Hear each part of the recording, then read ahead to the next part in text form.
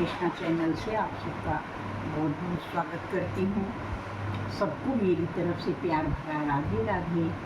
ये हरिशयनी एकादशी व्रत रविवार दिनांक 6 तारीख को रखा जाएगा। आषाढ़ मास शुक्ल पक्ष में जो एकादशी आती है उसी को हरिशयनी एकादशी कहा जाता है।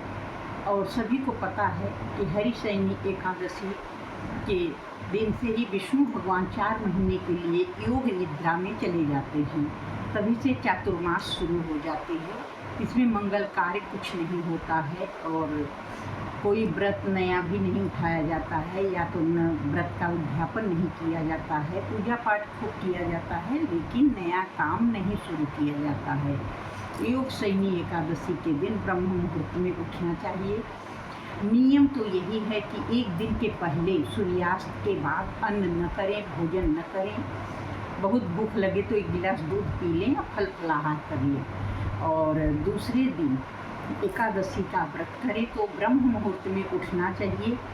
एकादशी के दिन कोई भी अपने हाथ से फूल पत्र नहीं तोड़ना चाहिए, डाल को नहीं छूना चाहिए, ये भी पाप लगता है। तुलसी का पत्र एक दिन के पहले से ही तोड़ के रख लें, क्योंकि एकादशी के दिन तुलसी पत्र बिल्कुल नहीं तोड़ा जाता है। तुलसी के समक्ष किया गया पूजा पाठ जो भी करेंगे उससे हरि अत्यंत प्रसन्न होते हैं। कि इस दिन एकादशी के दिन तुलसी के समीप विष्णु भगवान का सहस्त्र नाम का पाठ करने से अत्यंत फलदायी होता है।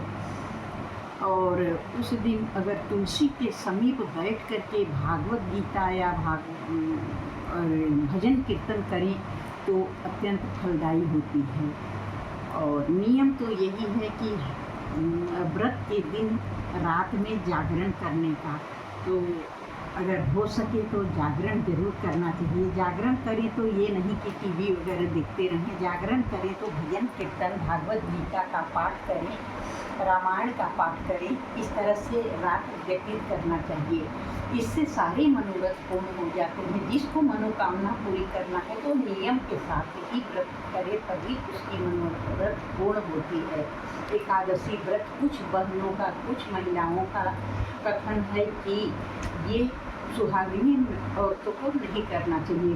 कई लोग हमसे फ़ोन करके पूछते हैं कि क्या हम भी व्रत उठा लें। इस व्रत को आप लोग सुन लीजिए ध्यान से। ये मैं नहीं कह रही हूँ, शास्त्र कह रहा है। 8 वर्ष के बालक बालिका एकादशी का व्रत रख सकते हैं।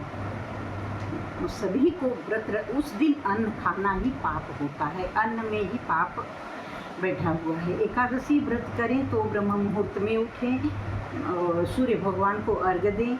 इस दिन विष्णु भगवान और माँ लक्ष्मी की पूजा करने से उन्हें पीला फल फूल नैवेद्य आदि चढ़ा करके भोग आरती करें। इससे सारे मनोरथ पूर्ण होते हैं। यही नियम है एकादशी। पंचामृत जरूर उस दिन बना लें। पंचामृत कई लोग कहते हैं कैसा होता है, पंचामृत नहीं बनाने जानते हैं तो पंचामृत गाय का ही दूध, गाय का ही दही, गाय का ही घी और शक्कर और शहद, ये 5 चीज़ मिला करके इसी को पंचामृत कहा जाता है। तो पंचामृत से विष्णु भगवान अगर लड्डू गोपाल रखे हैं तो इन्हें स्नान कराएं। शालिग्राम रखे हैं या फोटो रखे हैं तो उसमें छींटा दे पंचामृत का, फिर शुद्ध जल से स्नान कराएं।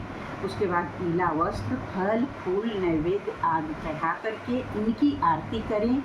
कथा अवश्य सुने। एकादशी का महात्म्य अगर कोई बिना व्रत भी नहीं कर रहा है तो महात्म्य अगर सुन लेता है तो भी उसे पूर्ण फल की प्राप्ति होती है। इस तरह से एकादशी व्रत करना चाहिए। राधे राधे। अगर आपको ये वीडियो